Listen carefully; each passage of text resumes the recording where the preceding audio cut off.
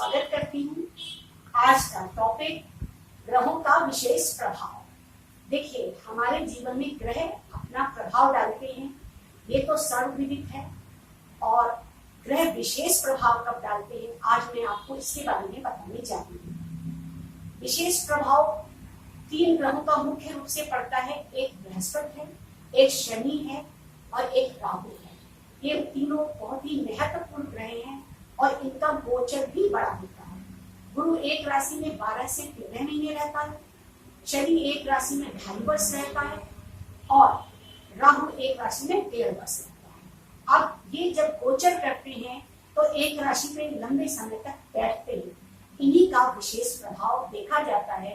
ग्रह जब गोचर से हमारे कुंडली में जिस भाव में पहुंचता है उसका विशेष फल वो कब देगा, मैं आज उस पर बात कर रही हूँ। जैसे माना बृहस्पति कुटुंब भाव से गुजर रहा है, आप अगर वो कुटुंब भाव में 1 साल या 13 महीने तक बैठेगा तो वो विशेष फल अपने विशेष जिन अंशों में वो ज्यादा फलदायी होता है या उच्च का होता है, उन अंशों में जब जाएगा तब विशेष फल देगा। जैसे बृहस्पति 10 से 20 अंश में जाने पर विशेष फलदायी होता है। ये उसके उच्च के अंश हैं, उन अंशों में जाकर के वो विशेष फल देगा। अब विशेष फल क्या होगा कुटुंब भाव में? देखिए, अगर आप पैसे कमाने के बारे में सोच रहे थे तो उस समय आप पैसा अच्छी तरह से कमा पाएंगे, परिवार से आपको धन मिल जाएगा। इसके अतिरिक्त आपको अगर परिवार में वृद्धि का समय आ गया है, जिसको कहते हैं संतान सुख, विवाह सुख, आपको इस तरह का कोई सुख प्राप्त होगा। इसके अलावा अगर हम बड़ी उम्र के लोग हैं जिनकी इस तरह की कोई फीलिंग नहीं, ये सब पहले से प्राप्त है, तो कुटुंबियों के मिलने का सुख मिलता है। कहने का तात्पर्य ये है कि जिन विशेष अंशों पर ग्रह ज्यादा अच्छा फलदायी होता है तो उन अंशों में जब वो वहां पर होता है, जिनको हम दीप्तांश कहते हैं, जिसमें वो शुभ फल देने लायक होता है, उसमें वो अच्छा फल करता है।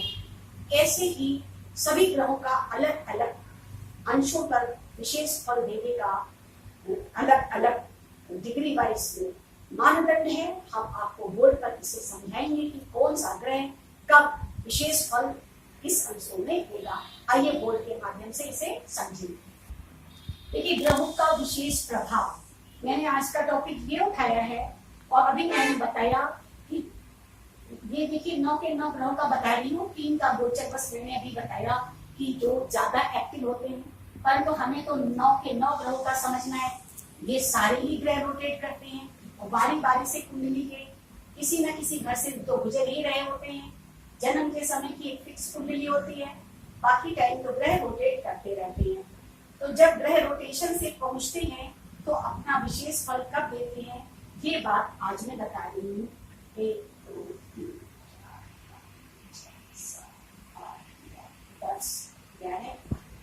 अब देखिए, अभी मैंने बृहस्पति को बताया कि कुटुंब भाव से अगर बृहस्पति गुजरेगा तो अपना अच्छा विशेष फल कब देगा। देखिए, हम बृहस्पति से आएंगे।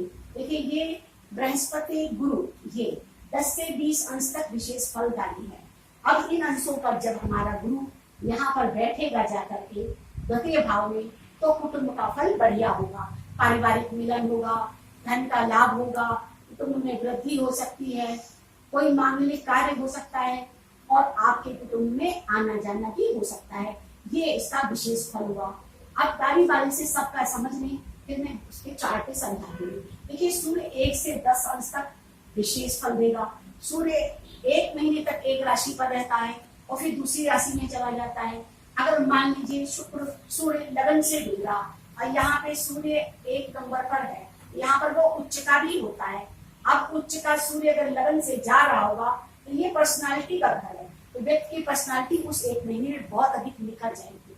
और निखरने के साथ जब वो सूर्य 1 से 10 अंश के बीच में होगा तो उसे विशेष फल देगा। ऐसे समय में जातक को चाहिए कि अपने लिए ज्यादा से ज्यादा लाभ ले, महत्वपूर्ण काम करे और अपने समय का सदुपयोग कर ले। जिस चीज को वो करना चाहता है उसको सूर्य के लगन में जाने पर जरूर सिद्ध कर दे, क्योंकि वहां पर सूर्य उच्च का होकर के और अपने दीप्त अंशों में अगर बैठा है तो आपको विशेष लाभ होगा।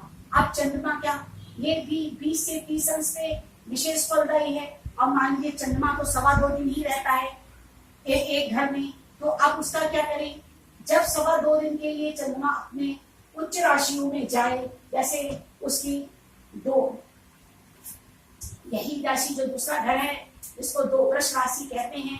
अगर इस पे चंद्रमा है और कुटुंब भाव में बैठा हुआ है, अगर इन 2 दिनों में कोई भी कुटुंब से संबंधित आपको काम करना है, कोई चीज करने का आपने निर्णय लेना है, तो जब इस समय यहाँ पे चंद्रमा उच्च का करके बैठे आप इसका लाभ ले सकते हैं। ऐसा पूरी कुंडली के 12 घर में आप देख सकते हैं कि जब चंद्रमा 20 से 30 अंश तक विशेष फलदायी अवस्था में है तो हम अपने काम कर लें जिसमें हमें विशेष लाभ हो जाए। बस ये देखना है कि अपनी मुख्य कुंडली के ग्रह कहाँ बैठे हैं। अगर मुख्य कुंडली का चंद्रमा सही घर में नहीं है और आज की तारीख का भी सही नहीं है तब ध्यान रखें, वरना अगर आप चंद्रमा उच्च राशि से गुजर रहा है तो आपको अच्छा ही फल देगा। अब आइए मंगल की बात करते हैं। ये 1 से 10 अंश पर उच्च का होता है। अब मंगल एक राशि पर 40 दिनों तक रहता है। अपनी कुंडली का मंगल देख लें और देखें 40 दिनों तक मंगल अगर अपने इस दीप्तांशों में उसमें वो अच्छा फल देगा रह रहा है तो आप अपने विशेष काम इसमें कर लें। अगर कुंडली में मंगल अच्छा है, मान लीजिए यहाँ पे मकर का मंगल बैठा है और एक कर्म भाव है, दशम भाव है, फिर क्या कहना, आप ऐसे समय में अपने कार्य व्यापार जॉब के लिए अगर मेहनत करेंगे तो आपको विशेष फलदायी हो जाएगा। बुध के लिए कहते हैं कि संपूर्ण राशि में प्रभावशाली रहता है तो इसमें इतना कोई परेशान होने की या विशेष मेहनत की बात नहीं। गुरु को तो पहले बता दिया 10 से 20 अंश तक विशेष फलदायी है। तो जब गुरु इतने अंशों पर हो और कुंडली के जिस भाव में बैठा हो, 5 घरों का जो फल गुरु के हाथ में है, द्वितीय भाव का, पंचम भाव का, नवम का, दशम का, 11वें का और विवाह का भी शुभ फल बृहस्पति से ही देखते हैं। लड़कियों स्त्रियों के लिए तो बृहस्पति महत्वपूर्ण है ही, मुझे तो लगता है बृहस्पति सबके लिए महत्वपूर्ण है। अब शुक्र को देखें, ये 10 से 20 अंश तक अपना विशेष प्रभाव देता है। तो जिस ये एक राशि पर 24 से लेकर के 40 दिन के बीच में रहता है। अब इस एक पीरियड में जब शुक्र उस राशि पर बैठे, जैसे मान लीजिए तुला का शुक्र है, तुला राशि पर ये शुक्र है, शुक्र यहाँ है। आप इस पीरियड में आप कार्य व्यापार, अपने पारिवारिक संबंध, पत्नी से संबंध, जो कुछ भी हम सप्तम भाव से देखते हैं, अगर उसे आप फलित करना चाहते हैं तो ऐसे पीरियड में जब ये 10 से 20 अंश के विशेष प्रभाव में हो तो आप अगर उसको करेंगे तो आपको सफलता विशेष प्राप्त होगी।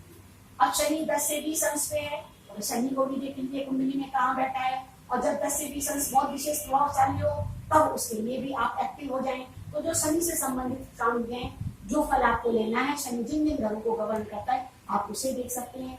राहु बुध के समान संपूर्ण राशि में फल देगा और केतु बृहस्पति के समान 10 से 20 अंश तक। इस प्रकार 9 के 9 ग्रहों का एक विशेष प्रभाव होता है और विशेष लाभ लेने के लिए हम इसको प्रयोग कर सकते हैं। वैसे तो रोटेशन से ग्रह जाते रहते हैं, व्यक्ति को इसके बारे में कुछ ज्यादा पता नहीं, परंतु अगर हम ये विषय पढ़ रहे हैं, समझ रहे हैं तो हमें विशेष प्रभाव भी मालूम होना चाहिए कि ग्रह कब देते हैं। तो जब ये रोटेशन से इन घरों में जाते हैं जो हमारी मुख्य कुंडली है, तब उन पीरियड्स में हम देख लें कि उनके दीप्तांश कितने हैं, यानी कितने अंश ग्रह आज मौजूद है और हम अपना काम करना चाहते हैं जो कि बहुत दिनों से रुका है, नहीं हो रहा है, या हमारा काम करने का समय आ गया है, तो हम अगर दीप्तांश देख लेते हैं इन विशेष अंशों को तो फिर हम उसमें अगर काम करेंगे तो सफलता निश्चय ही मिलेगा, क्योंकि ये ग्रहों का विशेष प्रभाव है। आज का विषय इतना ही, हम फिर मिलेंगे एक नए विषय के साथ। तब तक के लिए मित्रों नमस्कार।